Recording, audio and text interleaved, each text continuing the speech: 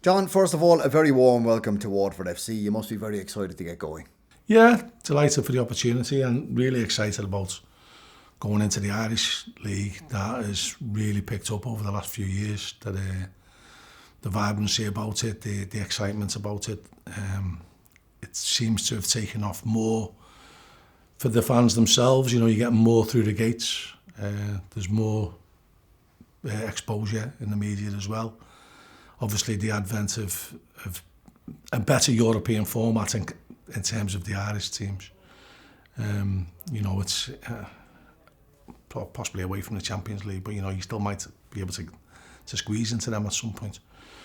But it's the chance of one trying to win a league here and then two trying to be successful in Europe and trying to put the club on the map. It was an impressive weekend, this past weekend. It saw us pick up maximum points in Dublin against Bohemians and Shells. What was your first impression of the side after watching both games, which I know you did? Yeah, so the game on Friday, I've never been more nervous or excited watching a game on TV. Probably since I was 9 or 10 years old watching Liverpool.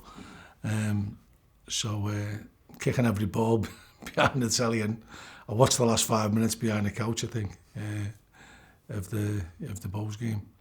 And then going to the game last night and getting a good feel for it, seeing how hard the players worked, seeing the commitment, seeing the fans, you know, travelling in the numbers, you know, despite having, you know, more or less the same trip on Friday as well. So that was really good.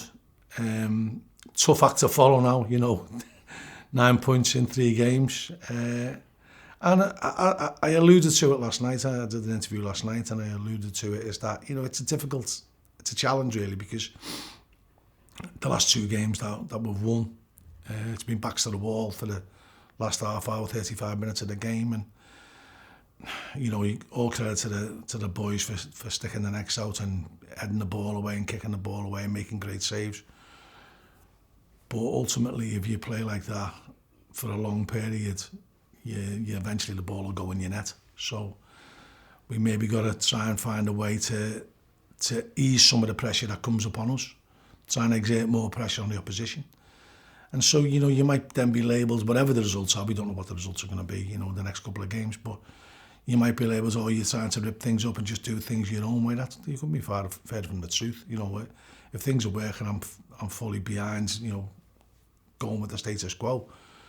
But I'm mindful of the fact that, you know, it won't always go your way, the ball won't always bounce your way. So trying to improve our chances of winning even further or winning more games, that's going to be the challenge. That's something that, you know, we'll take on board, and we'll do our due diligence and come up with a plan to try and win our first game, you know, which is Galway on Friday.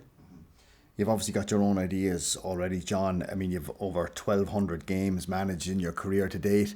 How important do you think that experience of yours is going to be to the young squad that we have here at Waterford? I think I've been through a lot of things in my career, so most situations that you can come across, I'll have been through that situation, highs and lows. And I think I've got the experience, but I'm still open to learn, and I'd like to learn alongside people. So I like it to be a learning adventure. So, you know, I'm not one of these people who say you do this, you do that, you do this, you do that. He goes there, he goes there. I've never believed in a rigid formation. I've never believed in players not playing with a freedom. What I will try to do is encourage players to think for themselves, to make the decisions on the pitch that are quicker and hopefully the right decision more often than not. You won't always get everything right. But I think if you can get players to take responsibility for their own actions, for their own decision making, and to influence each other, I think you get a better chance of success. And I'd like to think that the players will buy into the learning adventure together, you know, and also their input is going to be vital. And you know, I think sometimes people can get away from how important players are within a football club. You know, without players, you haven't got a football club. And so, you know, there's certain factors of a football club that are very, very important, you know, none more so than the fans. But people sometimes overlook the the input of the players and how vital the players are. And I don't think, sometimes I think managers get too much credit, and I think managers get too much stick, when really it's all about how you get your players playing well. And a lot of advice I've given to younger managers when they ask me, what's the secret of creating a good team? It's getting good players. If you've got better players in the opposition, you've got a very, very good chance of winning the game. Now, some people may not know this, some people will know this, but yourself and our captain, Padraig Gammon, have a history together. Of course, you brought him back from Portugal to Accrington Stanley in about 2011. How much are you looking forward to working with him again? Yeah, very much so. I spoke to him the other day. Podge is a great lad. He's a natural leader, and I think that's only come into his forefront, or the forefront of his career later on in his life. But he's opinionated, which I love.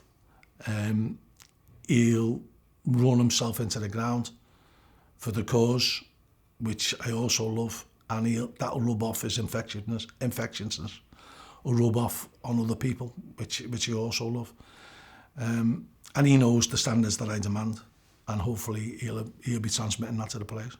You previously had a stint in the League of Ireland with Sligo Rovers over 10 years ago now. You kind of touched on it a little bit already, but how much do you see the league has changed as a whole since then? I don't think the league gets the credit it deserves, to be fair, but it has changed. The profile's changed of it, obviously.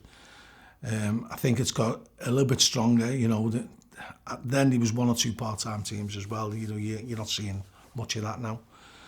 And I think just the fact that a lot of players have made the transition over to England. I don't know, going back 10, 15 years ago, 20 years ago even, it was an Irish player's dream to go and make it across the water.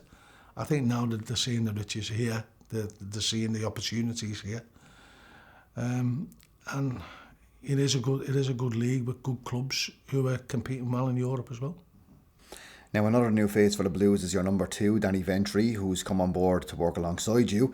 How excited are you to work alongside Danny? Yeah, Danny's got a lot of knowledge of the Irish League as well.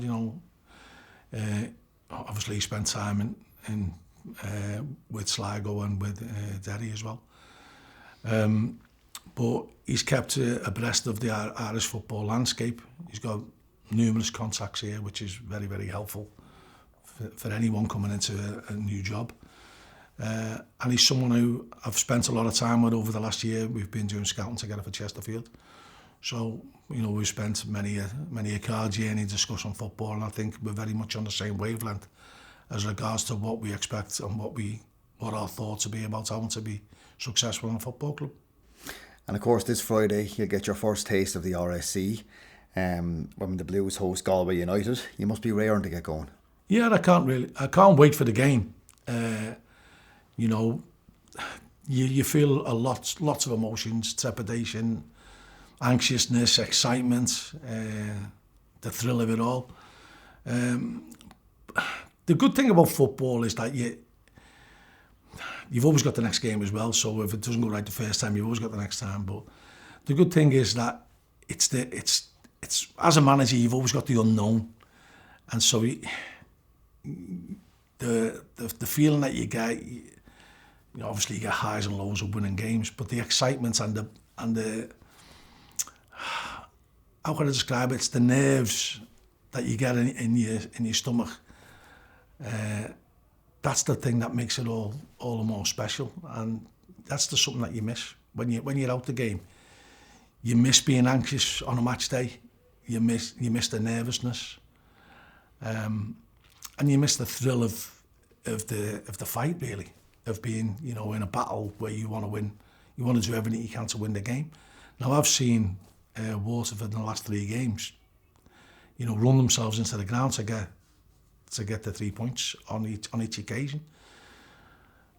I think if you've got that, which all credit to Matt, he's got that out of them, and that's all disrespect to Keith before him, because he had to go through a lot of other people's as well, and they had suffered a lot of injuries. But once you've got players who will give their all, you're sort of halfway there. Now you've just got to add a little bit more quality. John, thank you very much. Thank you.